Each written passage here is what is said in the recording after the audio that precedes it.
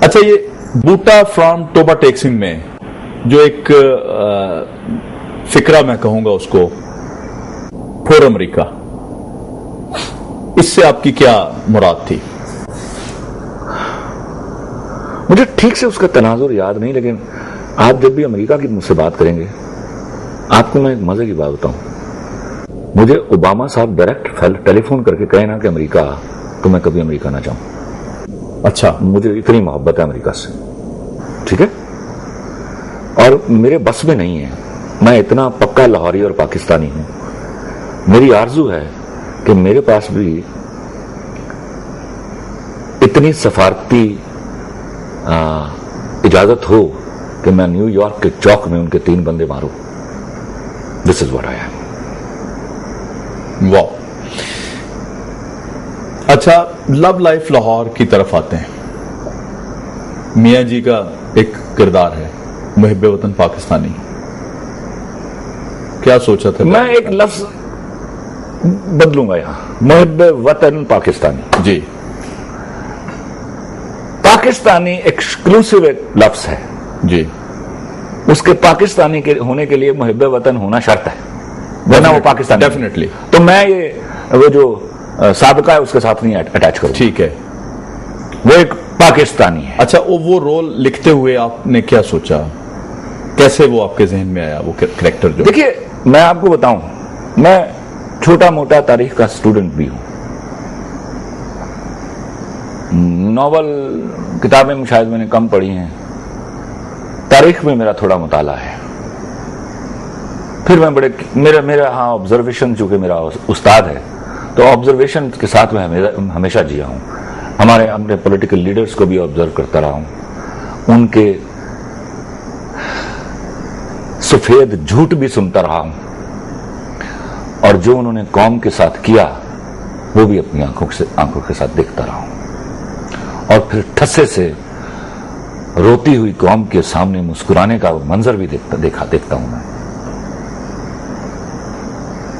تو آج بھی میرا ایمان ہے، وہ ہم بات کرتے ہیں انقلاب کی، بے غیرت قوموں میں انقلاب نہیں آیا کرتے، تو میں نے سوچا جب تک انقلاب آتا ہے غیرت تو دلائی جائے، بشمول میرے سب۔ میں جب بجلی نہیں آتی تو میں نے جنریٹر لگوا لیا، یہ بھی بے غیرتی کا ایک حصہ ہے، احتجاج کرنے کے لیے سڑک پر نہیں نکلا، یعنی پروٹیسٹ نہیں کیا، سہولت دیکھی نا، تو سہولت دیکھنے والے لوگ بنیادی طور پر لاشعوری طور پر بے غیرت ہوتے ہیں۔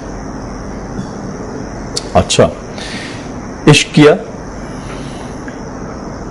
اب یہ تو ایک ایسا سوال ہے کہ آپ اس کی جگہ مجھے یہ کہتے کہ جیے ہو تو سانس لیا۔ اچھا، تو اس عشق کے بارے میں ذرا فرما دیجئے کہ عشق ہے کیا؟ ایک شعر سناتا ہوں اپنا، جا عشقا تیرے مرجن سائیں تے جیوندیاں مار مکاویں تو، بک بک پیویں خون جگر دا تے ماس دلاں دا کھاویں تو۔ واہ، دس از the definition of عشق to me۔ عشق آپ سمجھیے کہ کوئی اللہ تعالیٰ کی مہربانی ہے جو آپ کو طاقت دیتی ہے کہیں اور جانے کی، وہ جگہ جو اس دنیا کا حصہ نہیں ہے، شعوری طور پر نہیں، لاشعوری طور پر۔ اچھا، آپ کیا سمجھتے ہیں کہ ہر انسان کی زندگی میں اگر عشق نہیں ہو تو مکمل انسان ہوتا ہے؟ دیکھیں جی، سب سے پہلی تو بات آپ نے بڑی، آپ تو کریٹو آدمی ہیں، آپ ہر انسان کو عشق سے مت جوڑیے، اسی لیے میں ہر انسان سے مجھے اب خفا ہو جائیں گے لوگ، یہ وہ کیا کسی کا شعر ہے، اس کا ایک مصرع ہے، یہ وہ نغمہ ہے جو ہر ساز پہ گایا نہیں جاتا، ہر ساز پہ گایا نہیں جاتا۔ تو نغمہ گانے کے لیے کیا ہونا ضروری ہے انسان کے پاس جو ان لوگوں میں نہیں ہے؟ ایک ڈرامہ لکھ رہا تھا میں، بات کو سمجھ لیجیے گا، بس بہت کروڈ بات نہیں کروں گا۔ میرے فین مجھ سے بہت محبت کرتے ہیں تو میں کسی کا دل نہیں توڑنا چاہتا. اس میں ایک شخص نے، اس پار میرا سیریل تھا، پارٹیشن کے اوپر تھا، سپر ہٹ سیریل تھا وہ. اس میں ایک یونیورسٹی میں ایک تھیسس دیا گیا لڑکوں کو لکھنے کے لیے، اسٹوڈنٹس کو لکھنے کے لیے، لڑکیاں لڑکے، کہ اس کا عنوان کچھ اس طرح تھا کہ وہ کیا وجہ تھی کہ 1000 سال سے دو کمیونٹیز اکٹھے رہتے رہتے اچانک ایک رات میں کیا ہوا تھا، اتنی نفرت کہاں سے آ گئی کہ انہوں نے بٹوارے کی لکیر پر 20 لاکھ انسانوں کی لاشیں بچھا دی. تو ایک لڑکا تھوڑا سنکی تھا اس میں، تو اس نے کہا جی میں یہ کتابوں سے دیکھ کر نہیں لکھوں گا. اچھا. میری طرح وہ پنجاب ٹیکسٹ بک بورڈ کی جھوٹی ہسٹری پر یقین نہیں رکھتا تھا، تو وہ چاہتا تھا کہ وہ کسی ایسے کریکٹر سے ملے جس نے یہ سارا منظر اپنی آنکھوں سے دیکھا. تو وہ ڈھونڈتا ڈھانڈتا ایک شخص کے پاس پہنچ گیا، شیر محمد، وہ کریکٹر محمد رانا نے کیا تھا. تو وہ ایک بازو کٹا ہوا تھا اور وہ 12 ٹینی کھیل رہا تھا. 12 ٹینی لوگ سمجھ لیں تو سمجھ لیں، آج کے لوگوں کو بدقسمتی سے نہیں معلوم. تو اس کو کسی نے آگے بتایا کہ یہ لڑکا آیا یونیورسٹی سے آپ سے بات کرنا چاہتا ہے. تو اس نے کہا ہاں بچے کیا ہے؟ اس نے مدعا بتایا کہ میں اس طرح کی تھیسس لکھنا چاہتا ہوں اس ایشو کے اوپر. تو کہتا لکھ پتر، کتاباں پڑھتے لکھ. اس نے کہا نہیں جی میں نے تو طے کیا کہ میں کسی ایسے کریکٹر سے ملوں گا جس نے یہ سارا منظر اپنی آنکھوں سے دیکھا ہو. اس نے کہا کیوں؟ اس نے کہا میں اس پل کی پیڑ کو محسوس کرنا چاہتا ہوں. تو اس نے 12 ٹینی کی گوٹ ہاتھ سے چھوڑ دی. اچھا. اب اس نے دیکھا ہی اس کے ہاتھ میں کتابیں تھی اور کاپی بھی تھی. اس نے کہا پیڑ لکھ کے دکھا. اچھا. وہ لڑکا بڑا حیران ہوا، کہتا میں نے کہا نا پیڑ لکھ کے دکھا.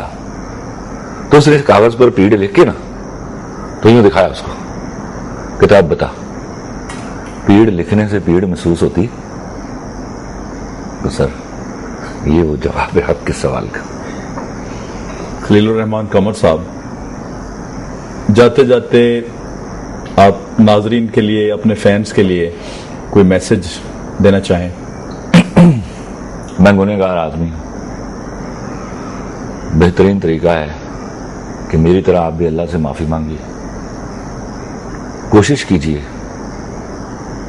کہ ہم دوسروں کو بلیم کرنے کی بجائے، برڈن شفٹ آن کرنے کی بجائے، اکیلے بیٹھ کے اپنے آپ کو بتا دیں کہ ہم نے زندگی میں کیا غلطیاں کی ہیں، اور اکیلے ہی بیٹھ کر اس سے کہہ دیں کہ تیری مہربانی ہے مولا، ان غلطیوں کی معافی دے دیں.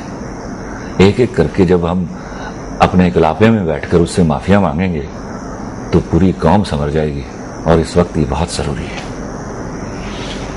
ناظرین، آپ نے خلیل الرحمان قمر صاحب کی گفتگو سنی. فیصلہ آپ نے کرنا ہے. میں اس شعر کے ساتھ ختم کرتا ہوں کہ چبھے تھے جس کے دل میں 1000 کانٹے، وہ اپنی میز پہ تازہ گلاب رکھتا تھا. اپنے میزبان جواد شمسی کو اجازت دیجیے. اللہ حافظ.